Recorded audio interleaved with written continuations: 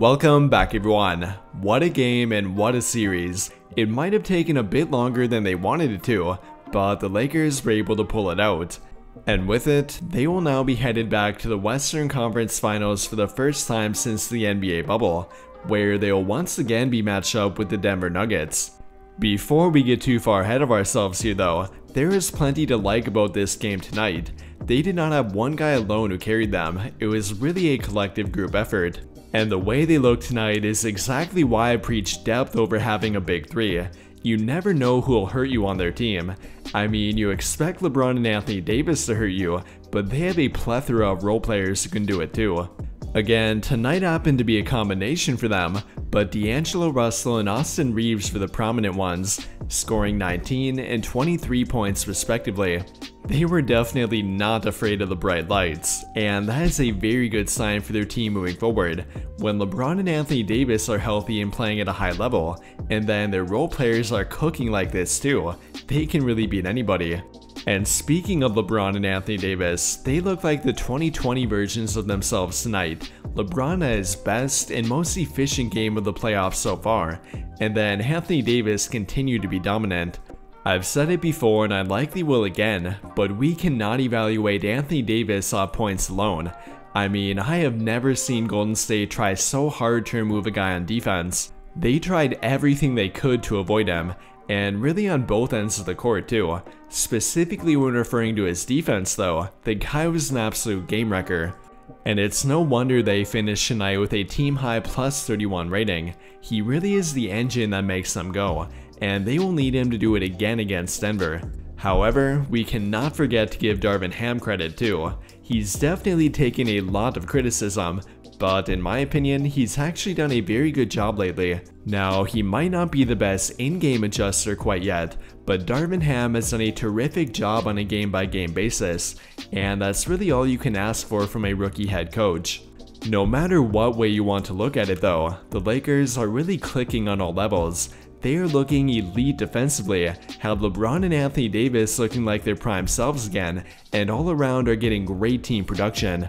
I mean, the Denver Nuggets will without a doubt be difficult for them, but overcoming Golden State was a great test for them. I mean, they beat the reigning NBA champions here, and if that doesn't give you confidence, then I don't know what would. With all of that being said though, I will let you guys hear from the Lakers about their win tonight, and after listening, let me know your takeaways from this series in the comments down below.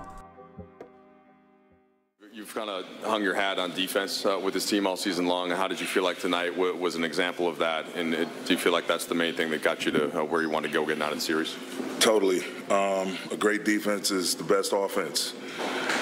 I just think our guys' focus and film study, the communication, going through our walkthroughs, talking through scenarios, switching up different matchups, switching up different lineups in our walkthroughs.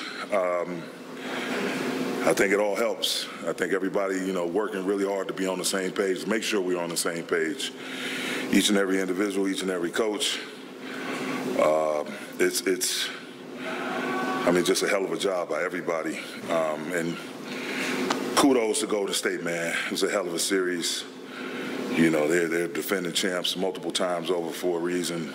It's a tough team that makes you work, not just during the game, but even off hours, like in between game day. You're trying to just dig through the film and just seeing what different nuances they're throwing at you. How can you defend them? How can you score? They really put a lot of pressure on you to be on, on your P's and Q's. So salute to those guys. But I'm super duper proud of our guys. The players, the coaches, Rob, Jeannie. I'm so happy for the entire organization to be able to sit here and be in this position. Have a challenging year to say the least, but at the end of the day, we kept powering through. Our vibes stayed positive. Once we righted the ship and switched out some pieces, it came together, and I'm just happy and thankful that I get to sit in this seat and enjoy the ride. We talked about LeBron before the game. You said you're going to need something from everybody. Yes. But just now, that performance tonight in this stage of his career, how would you summarize it? Man, just our leader. He and Abe both has been our leader, not just by chatter, by example. Stepping up, playing big in the biggest of moments. Those guys really helping the young guys, really communicating with the coaching staff. And again, you know, it's things that we all see out there, and everybody communicating with one another, sharing dialogue, having dialogue, to find the best way, not your way, my way, his way, their way, but the best way. On cue, welcome, Austin. So how are you enjoying your first taste of the NBA playoffs?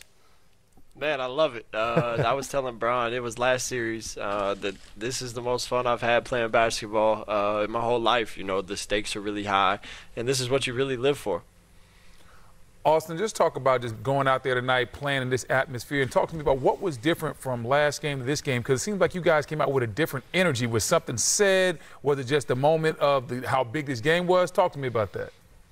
I think it was a little bit of everything, but like you said, the first and foremost thing was energy. You know, I feel like in the first 2-3 minutes of the last game, we were kind of stagnant.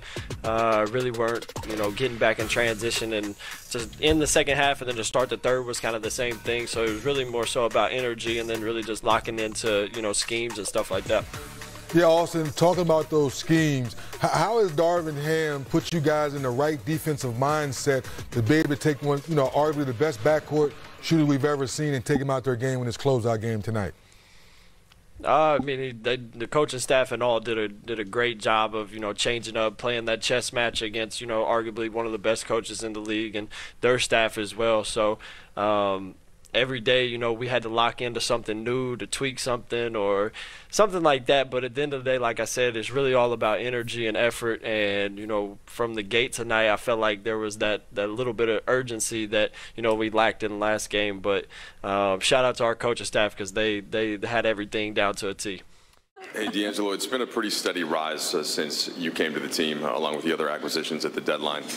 Just wondered how much at a certain point did you foresee that the team could be this cohesive, that could get to the conference finals where you're at now? I told you, honestly, Rob Pelinka can tell y'all right up. I didn't expect this. I didn't think this, so I'd be wrong. I'd be lying to tell you I did. But once we got out there, you could just tell guys liked each other. Guys wanted to play for each other, and it was just contagious. Everybody wanted to win. Everybody wanted to just get the job done every night. And you looked up, we had a chance, and we ran with that. Just a quick follow-up. Just what have you learned about the duo of LeBron and AD, kind of how to play off them, what kind of advantages that they give you as a team in a playoff series? I mean, when you throw a bunch of looks at those guys, they kind of seen it all. So for those dudes to just be prepared and a step ahead of almost every coverage, you know, throughout these first few series, those guys were ahead of the curve and they knew what it was, and it allowed us to kind of just fall in line and play off of it. 6 new guys here. Did you know the pieces would fit this well together? You know, I think that's the important thing is sometimes you try a move, and if it doesn't work, your job is to fix it. And we're always evaluating that, and we felt like we wanted to address some things at the trade deadline, in particular our wing size and shooting and playmaking. And usually at the deadline you can check one box or, you know, kind of address one need, and we were able to do all of that. And I think it shows in how this team's playing and how we're winning at a high level, and we're just grateful for the hard work that everyone helped, you know, pull those trades off. We all know the numbers with LeBron, 38 years old, 20 NBA seasons. Tonight, all he did, 30 points, 9 rebounds, and 9 assists. I think we're all speechless. I mean, he's an ageless wonder to be able to do that in a closeout game against one of the best defenses and the defending champs. Just the force he played with, the energy, it's unbelievable to see for a guy in his 20th year. Last question for you, Rob. Denver awaiting in the finals. What type of challenges did they present? You know, they were the best team in the regular season, so you've got to give them the utmost respect, and we're going to. I think, obviously, an MVP candidate in Jokic, Jamal Murray's playing well. They have a great supporting cast, and they're going to be ready. And I think we're going to celebrate this series win today, hopefully spend some time with our moms tomorrow on Mother's Day, which would be good, but we'll be ready to put up a fight in Denver on Tuesday when the series opens.